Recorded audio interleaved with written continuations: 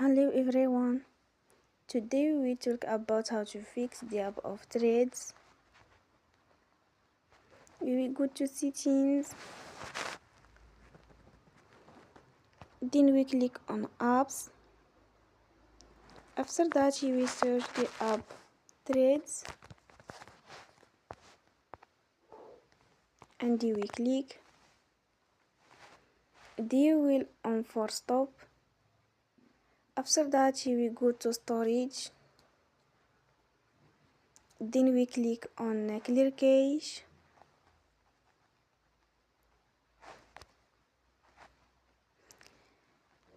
In the end, turn your phone and you will recharge your phone again.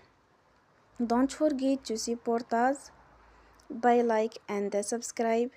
See you next time and thank you for watching.